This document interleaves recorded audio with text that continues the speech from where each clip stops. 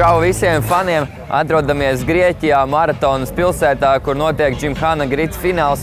Tas ir Kenevloka organizēts pasākums, kur notiek braukšana uz laiku, es varētu teikt, cauri figūrām, bet ar drifta elementiem, tāpat laikā galvenais ir laiks.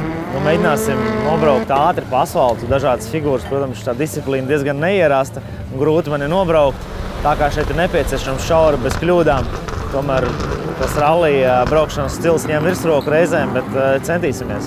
2014. gadā aizvadīju sacensības Madridē un uz šejieni devos jau ar nelielu pieredzi un skaidrību, kā visam vajadzētu notikt. Bet ierodoties un šobrīd redzot pasākumu, viņš tiešām ir izaudzis. Stipri vairāk dalībnieki, stipri ātrāki braucēji un viņi ir izmēģinājuši visu, kas ir labākais. Jā, ar trases atcerēšanos ir problēmas, jo šeit viņi ļoti, man vismaz liekas, kad ir samudžināti un koncentrējoties uz konkrēto figūru, reizēm aizmirstās nākamais, kas ir jāizbrauc. Bet šodien treniņos pirmo braucienu izbraucu bez kļūdām un jācer arī, kad kvalifikācijā sanāks tāds pats brauciens. Pagājušo reizi braucot, mēs braucām ar R15 riepām, kuras var iegādāties pārtikas veikalā.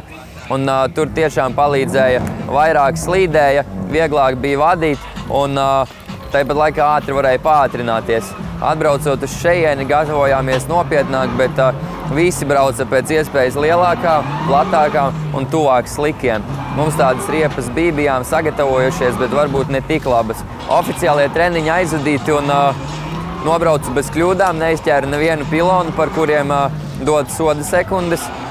Un pats esmu apmierināts. Otrais ātrākais laiks aiz Kenevloka, bet ir braucēji, kas vienu braucienu nobrauc ļoti ātri, otrajā sapinās meistarībā vai nogāž pilonu vai sajauc trases virzienu. Tā kā, manuprāt, šobrīd ir svarīgi iekļūt top 16 un abus braucienus jāizved bez kļūdām un stabilā ātrumā, kā mēs to esam izdarījuši līdz šim.